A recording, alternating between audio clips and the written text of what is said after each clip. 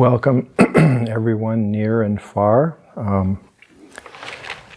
I was asked to do a fireside chat for New Year's, and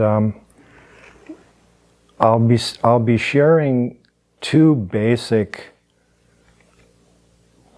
ideas. One is sharing a few stories of my inner journeys with Yogacharya and various dream states and astral meetings with Yogacharya and other realized beings over the last 50 years. And then I'll be finishing with a portion of a New Year's message that Yogananda delivered.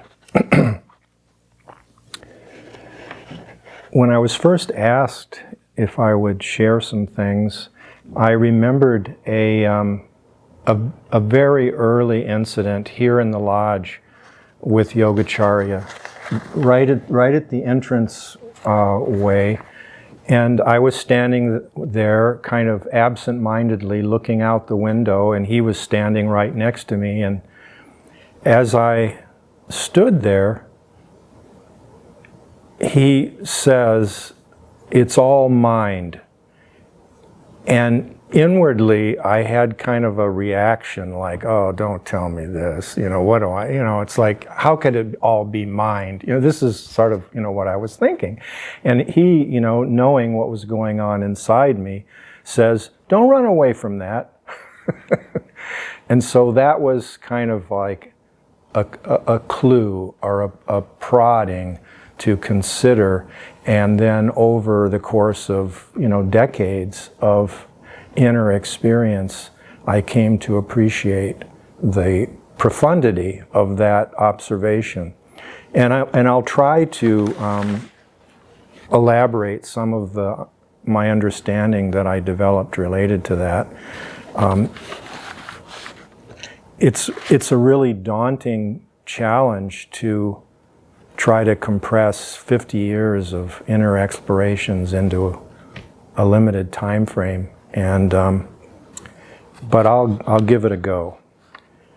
The other observation that I had about Yogacharya was that he often said, kind of in this context, I do most of my work in the astral, which of course I knew nothing about at that point, and it sounded very mysterious and so forth.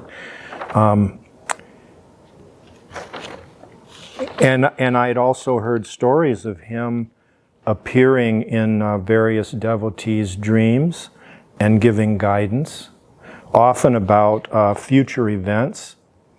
And I thought, such things aroused my curiosity. What must that be like, and so forth, and could I do that? And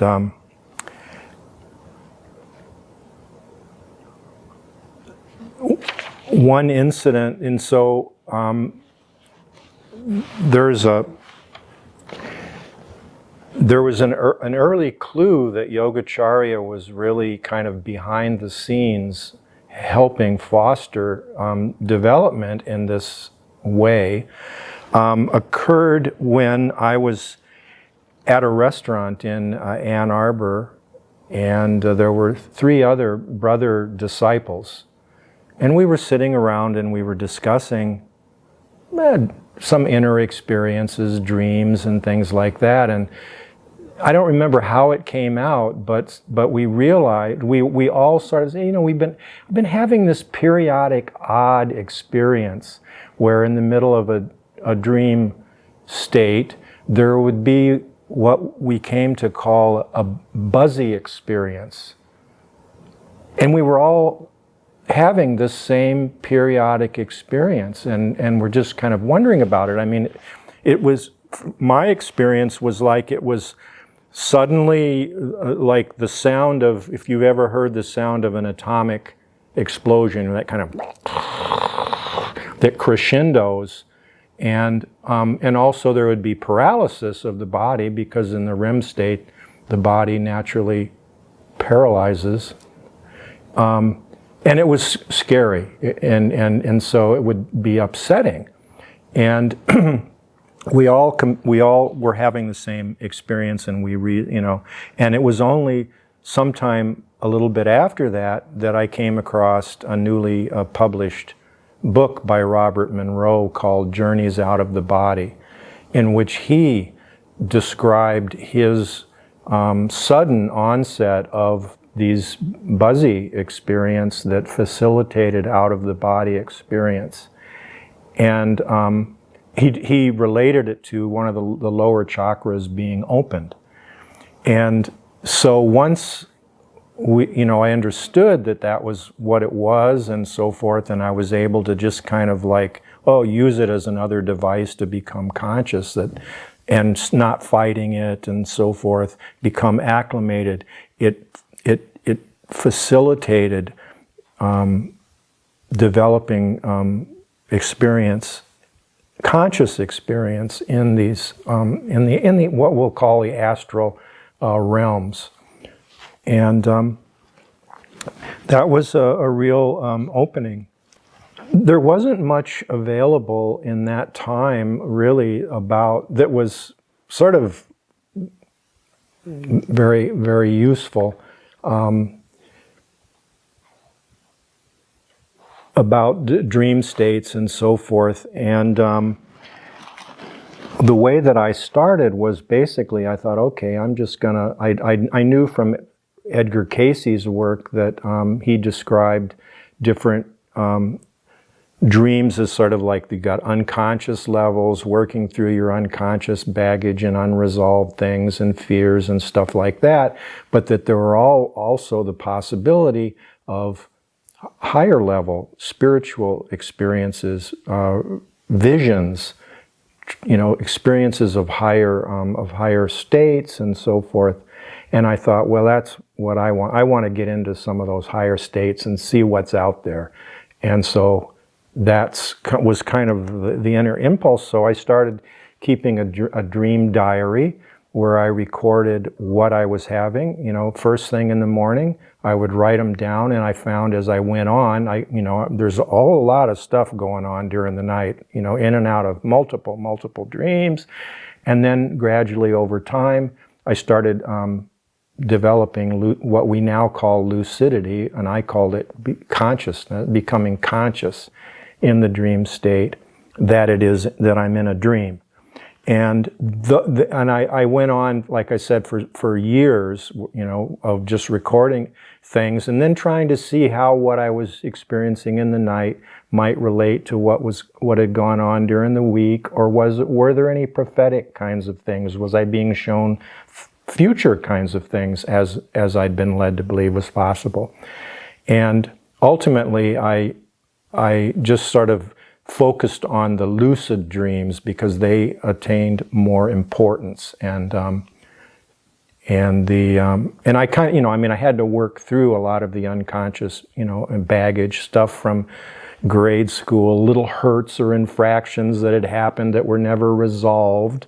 And I thought, geez, I thought I dealt with that, but they'd keep coming around until, every vestige of resistance or hurt or whatever, anger, was able to be surrendered. And that process probably continues today in some form. And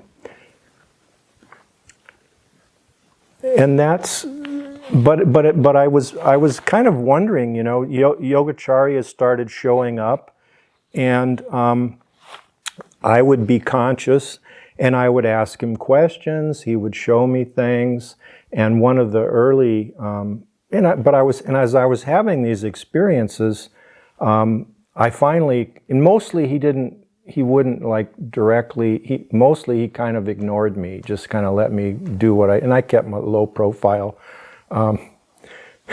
because he could be pretty intimidating if the situation demanded it, I guess. But I cornered him in the road one time, and I said, Yogacharya, I've been having these, inner experiences with you and this, and he hardly let me even get, 3 or 4 words out, and he goes, "Oh, you're doing all right. You'll be okay." And then he came, we were on the way to meditation, and he came into the meditation. So he kind of like said, "Okay, you're all right. Don't worry about it." But then after the meditation, as he often did, people gathered around, in the entryway there, and he said, "By the way, some of you have been having experiences," and he proceeded to just outline exactly the experiences that I'd been having with him and so forth, and basically used it as a teaching moment for other people, and without kind of the one-on-one, ego gratification. Oh, I'm special. I'm having, it was like, he didn't like to foster the ego.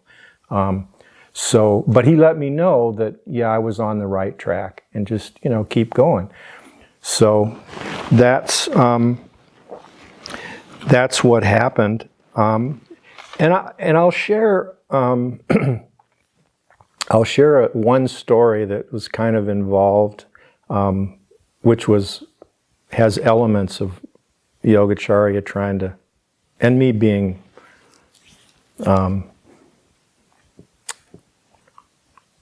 called to task, I guess would be a way to say it. So one of the things, once I started becoming conscious in these states, and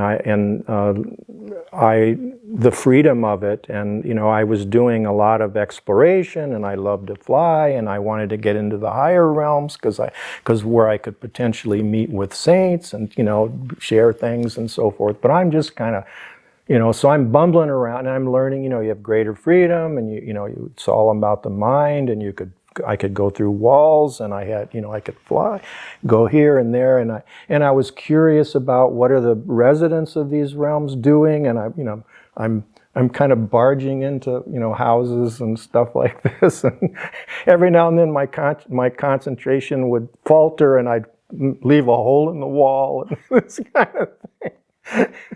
And so, and I remember one time I was just flying along, and I'm again, my concentration falters, and branches of the trees are breaking, and all this sort of stuff. So I'm kind of like a bull in a china shop in some ways. And this goes on, and one day I end up in a realm, and there's a piece of paper on the floor and on the sidewalk, and I open it up, and it's a note from Yogacharya, and he says, "I told you to stop with the peeping Tom stuff." In only the way, it's like, oh, God. And so later, I find myself, this is, like, not in a continuous time, because it's you go in, and then the body pulls you back, has been my experience. I tried to stay as long as I could, but always the body would pull me back.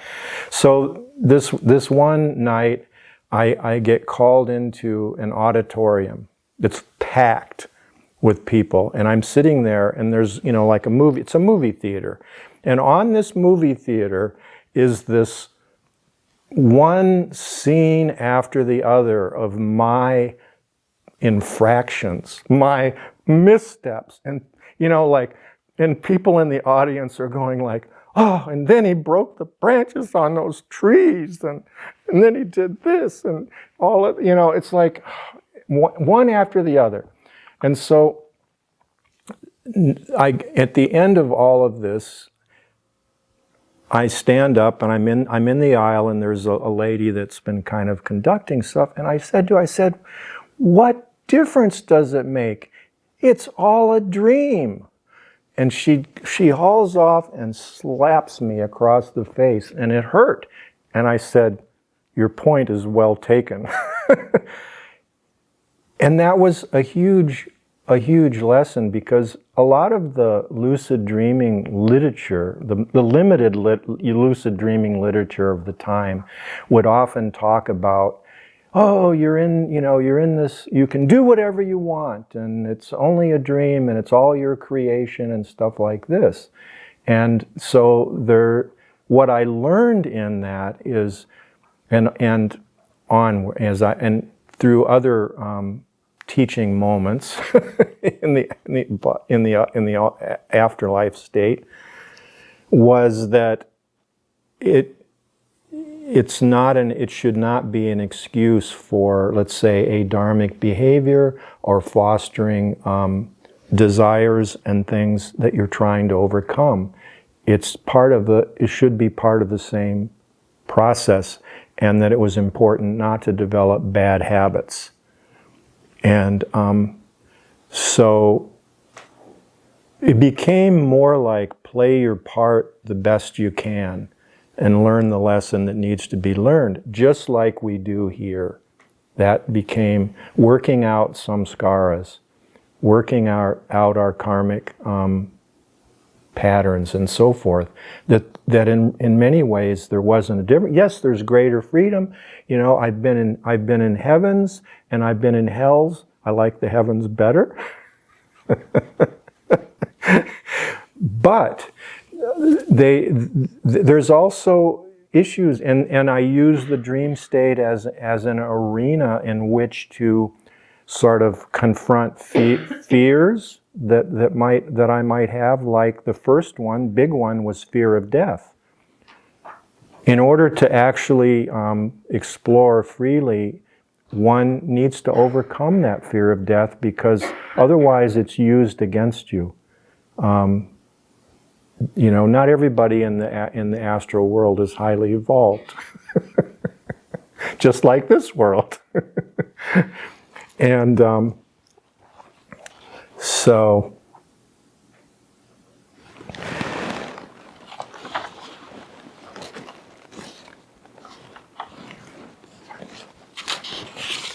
that was an early lesson, and I remember another interaction with Yogacharya early on was I was saying, you know, Yogacharya, how many in the inner state? I said, Yogacharya, how many levels are there?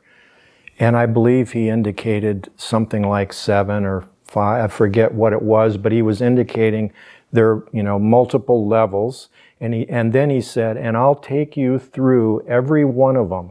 And he grabs my arm, and we start blasting up like I was in a high-rise apartment building, you know, with all kinds of floors, and we're just blasting through floor after floor after floor going up. And that was his way of, and what I've come to feel is that the common method of teaching that Yogacharya would employ, and other realized beings that I've come into contact with in those states and physically, is they utilize experiential situations in the dream state to make a point or to illustrate what's a future event or something like that. Rather than used to want to say, just tell me clearly.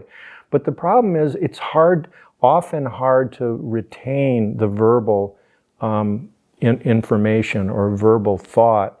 But if it's done in an experiential situational thing, you can remember it better.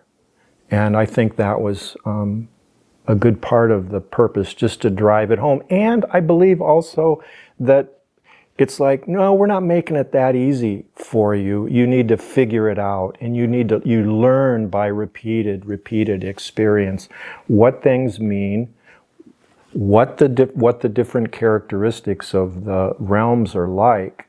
And you know that I learned, you know, as I learned to go out and into the, first I started by sort of like having the experience of leaving the body, and I'm in a low dark kind of level, and then trying to get higher. That was always my goal. And then ultimately I sort of dispensed with that need to do that. I would just end up, you know, or I would just sort of become conscious in a realm.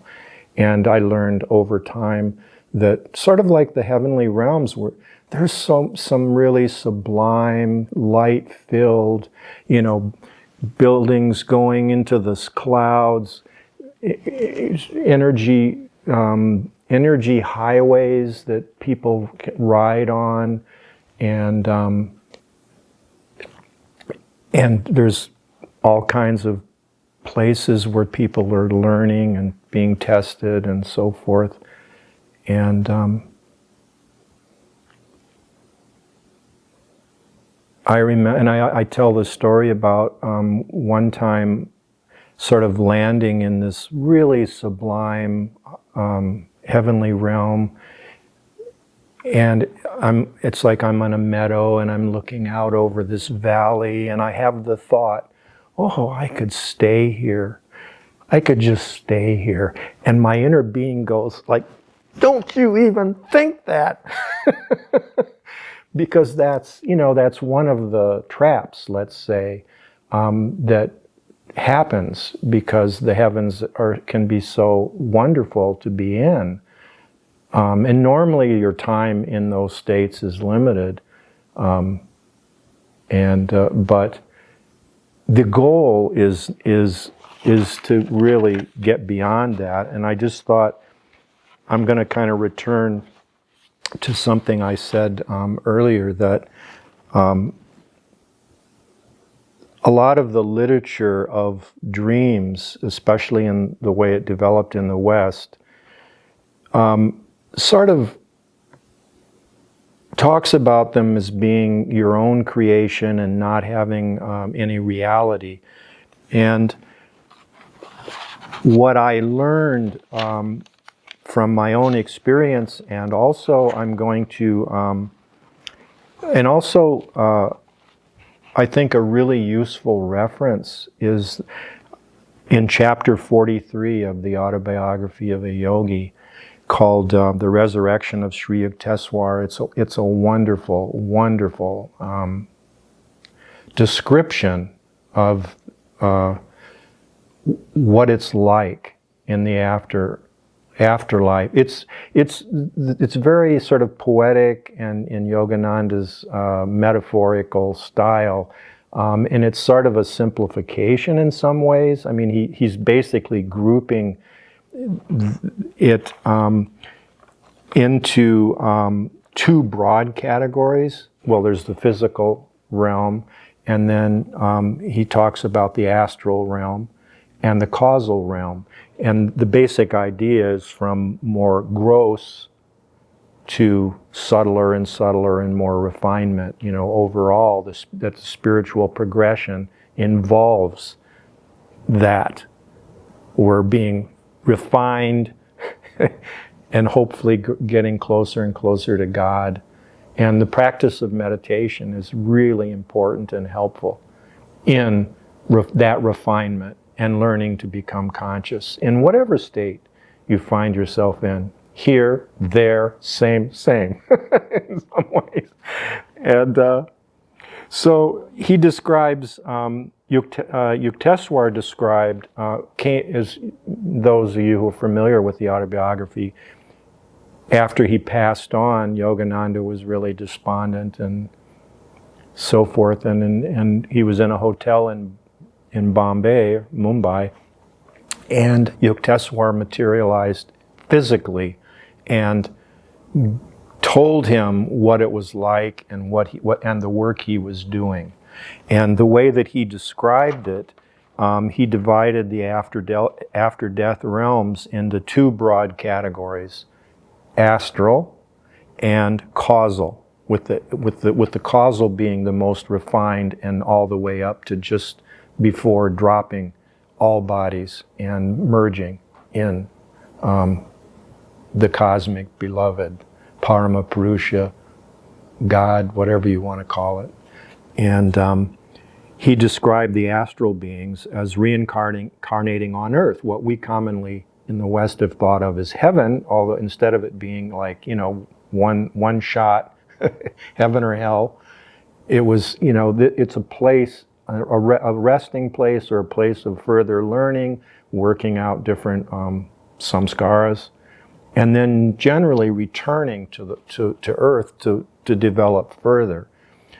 So that process is going on, and then at some point, perhaps when one has learned, their lessons or made sufficient progress through the Earth incarnations, then beginning causal level incarnations. So going to the causal from the astral, and at each level working out the samskaras that need to be worked out. Yukteswar described that he was on Hiranya Loka. The lokas are basically in classical Indian philosophy, or they're described as basically 7 levels, from the earth level through the causal, and that they're called lokas. And Hiranya Loka is like, let's say the high, I believe it's like the highest causal level right before like merger in Paramapurusha. And Yukteswar described his work as being on Hiranya Loka, helping those causal. Sorry.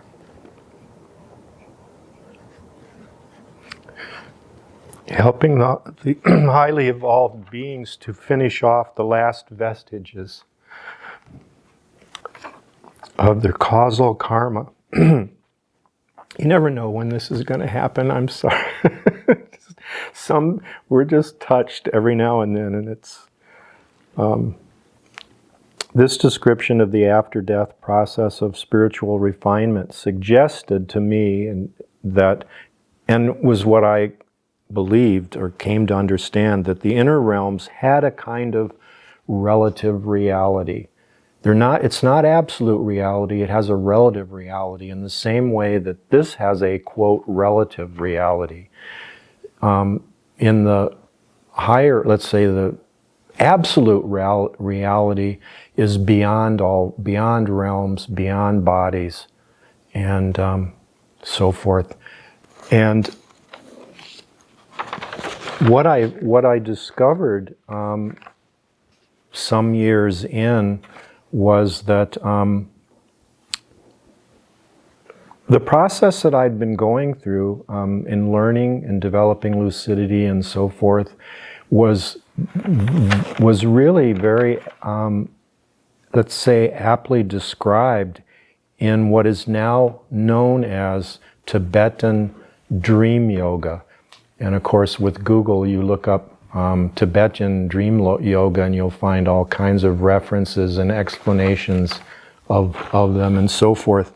And it turns out that Evan Wentz actually described Tibetan yoga and the secret doctrines in a book in 1935, and he talks just about, and it, as I look at his description of the process, it's very similar to what I have gone through in my learning. I think, so I'll just leave it at, you can check in Wikipedia on Tibetan dream yoga, and you'll see, under Evan Wentz, you'll see kind of a synopsis of what I've tried to describe as some of my learning experience. And I just want to reiterate and drive home that a more classical sort of yogic understanding and emphasis, especially in Yogananda, over and over and over again, he's saying, the goal is God, Guru is God, go for God, keep your mind on God as much as you can, and that's your only lifeline in some ways, especially in some of these inner states, some of the more, let's say, less desirable ones.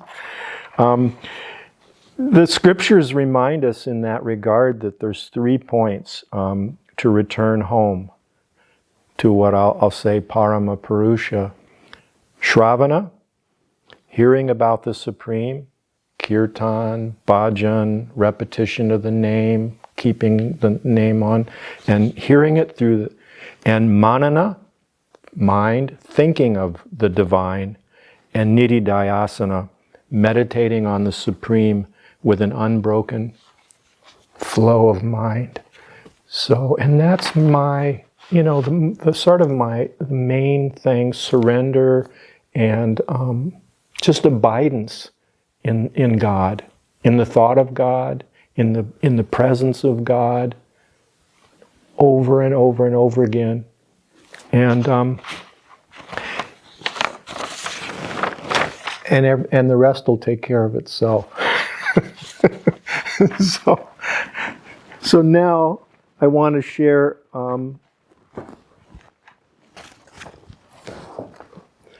a portion of a reading from Paramahansa Yogananda that he gave for New Year's, one New Year's. And I'm going to start with a passage from the Bhagavad Gita. The Blessed Lord said, "O Arjuna, my son, a performer of good actions never meets destruction. Whether in this world or in the beyond, he falls not into evil plight." It's encouraging. Gita commentary by Paramahansa Yogananda. God gives encouragement in this stanza to all devotees to seek their natural divine inheritance. The sense addict who continues reveling in material pleasures, disregarding the counsel of the prophets, drifts farther and farther away from his true nature. The materialist caters to the pleasures of his senses, while his ego remains starved without divine bliss. He often discovers too late his mistaken habit of feeding the senses in hopes of satisfying the inner hunger for happiness. The imperfect yogi, in spite of failures, tries to regain his memory of divinity. The yogi tries to sublimate the unnatural hunger for sense pleasures into the natural hunger for the soul's joy. Even a fallen yogi is far superior to the materialist. The fallen yogi is on the threshold of awakening from sense delusions. The materialist is still asleep in ignorance. Once the devotee has tasted the superior soul bliss, his heart becomes convinced of the inferiority of sense joys. No matter how many times a sincere yogi falls down in the path of yoga, he struggles again toward his goal. The devotee who performs meritorious actions develops divine memory and good karma that impel him or her to seek liberation in this life or in the beyond. The memory of bliss, of the divine bliss of yoga practice remains lodged in the subconscious mind. If one is not able to find full liberation in one life, in the next incarnation, the hidden memory of past experiences of yoga sprouts forth in spiritual inclinations, even in infancy.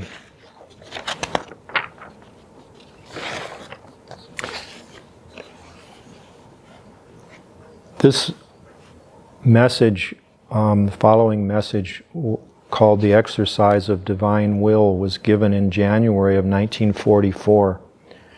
While Yogananda was writing the autobiography of a yogi. Volition, in general, includes all forms of wishes, desire, determination, and will.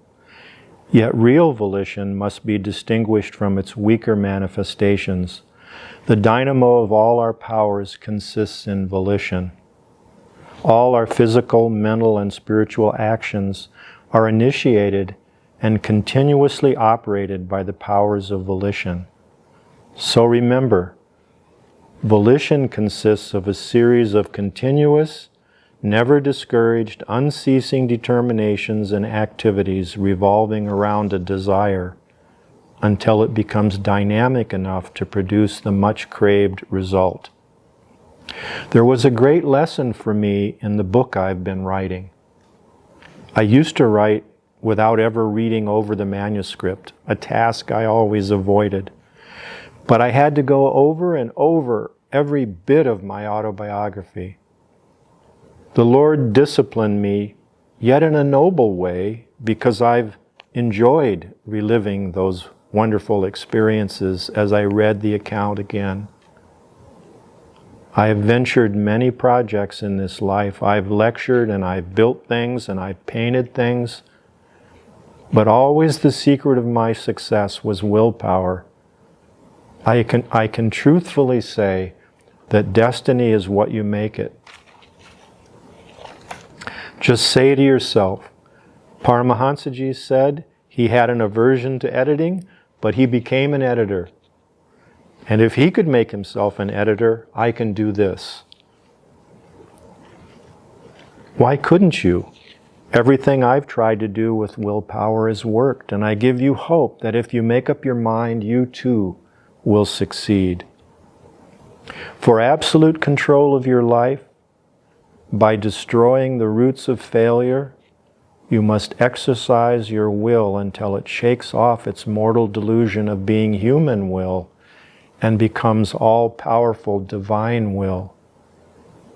You do not have to acquire this dynamic divine will, for you already possess it in the image of God within you.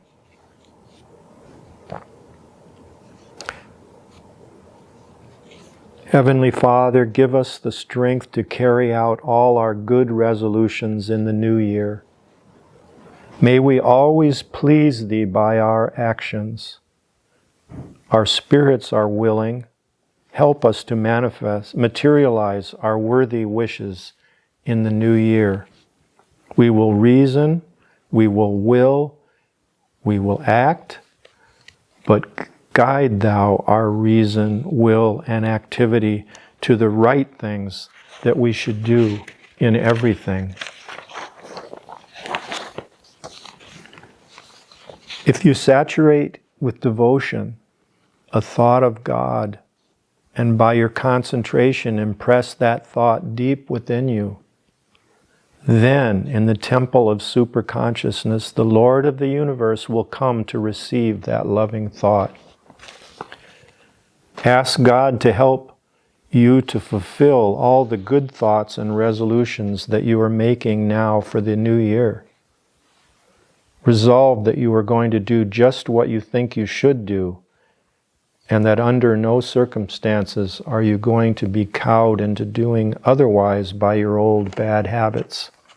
Analyze yourself. What happened to your good intentions and noble ambitions of the past year?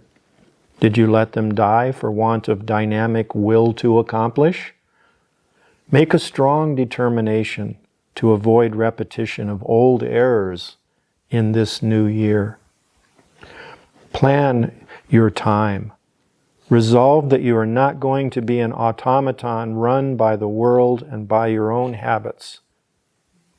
That is not the way to true happiness. You must change. You must be able to change. Vague desire to improve is not enough.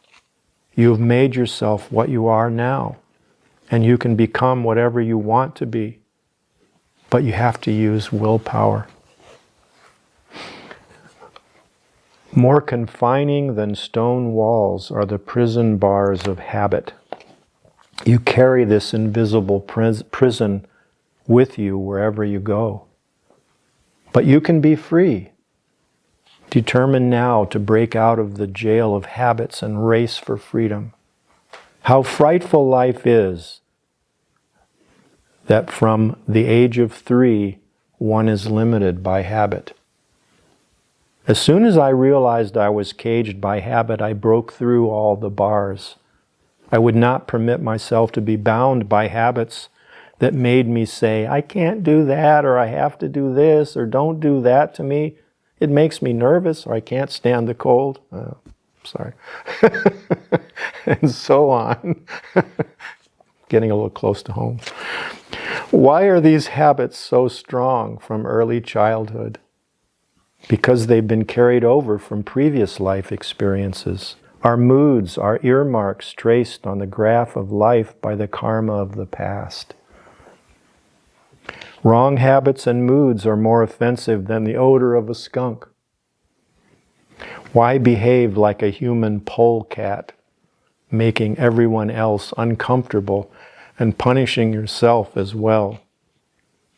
At one time or another, we all have done so, because we all have carried with us obnoxious peculiarities. But we can overcome undesirable traits. The human mind is elastic. If you pull it gradually, it will yield to your tugs. Yet you don't even try. God has given us more than enough power to overcome all the trials and shortcomings of our lives. Saint Francis, though ill and sightless, could heal the sick and raise the dead. Outwardly blind, inwardly he beheld the great light of the universe. God puts his true children, such as Saint Francis, to greater tests than he gives to ordinary people. But no one passes through the gates of freedom until they have passed all of God's tests, until they have learned to live like a true child of God. Why should you think of yourself as a weak mortal? You are potentially a child of God. You do not have to acquire anything. You only have to know. Habits are graphs on our real nature, which is ever free spirit. In my childhood, I used to get very angry, but when I made up my mind not to, I never again gave in to anger. If I hadn't used my will, I wouldn't have been able to accomplish that or anything else in life. You too can use your will. The errors of a lifetime can be corrected today. Make a resolution in this new year to realize the truth that although as a mortal you have certain habits, as a divine being you are free. Why should you lie to yourself? Why should you ascribe to yourself the faults of the past? You must destroy them. Otherwise, they will become grafts on your tree of life. You must not allow that. Affirm repeatedly, I am a child of God, I am one with God.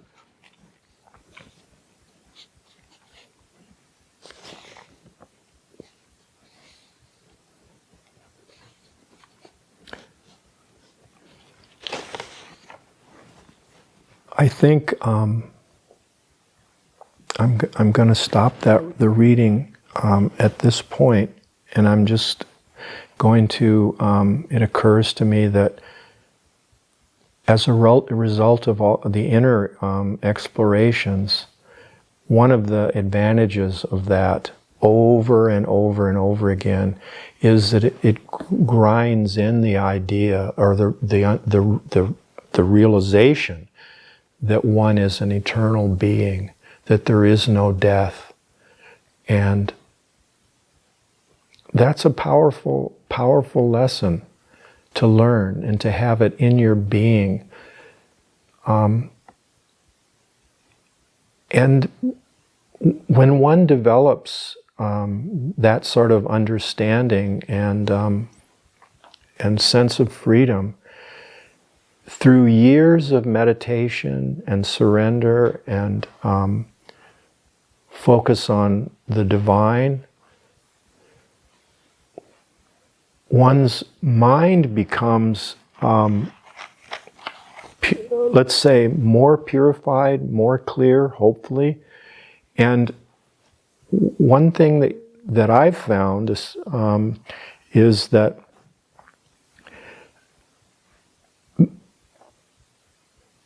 one can more readily experience or have meetings with friends and relatives that have passed on, and they're happy. They're happy to make that connection. They're happy that that you're able to understand that, because when they pass, they don't want you to be grieving for them. They're in a better place generally, hopefully. So one of the more and I've had umpteen interactions that have been important to me in that regard, but one of the more dramatic ones happened here when my mother passed. She had Alzheimer's, and she was a very saintly woman, lived to serve others. And when I was in our gift shop at the time, my sister called and told Linda that she had passed, and Linda came to tell me, and the minute she told me, and I put my mind on her, she was present in the energy body, and what I perceived was I was suddenly, like, in my mind seeing her there in this blazing white light, the white light of the Atma, let's say, or the soul, was blazing, and it was creating this room that was now my mind, and I'm there, like, looking through, because I've spent so much time in meditation. It was an enhancement, and she communicated in thought, "I'm so glad to be done with that old body."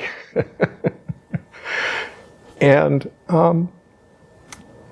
it was a wonderfully blissful experience, and it illustrates this principle that the light of the Atma, or the soul, makes visible whatever realm we're in. We think that all of this is outside of us, but it's really an inner representation through the senses that's illuminated by the soul.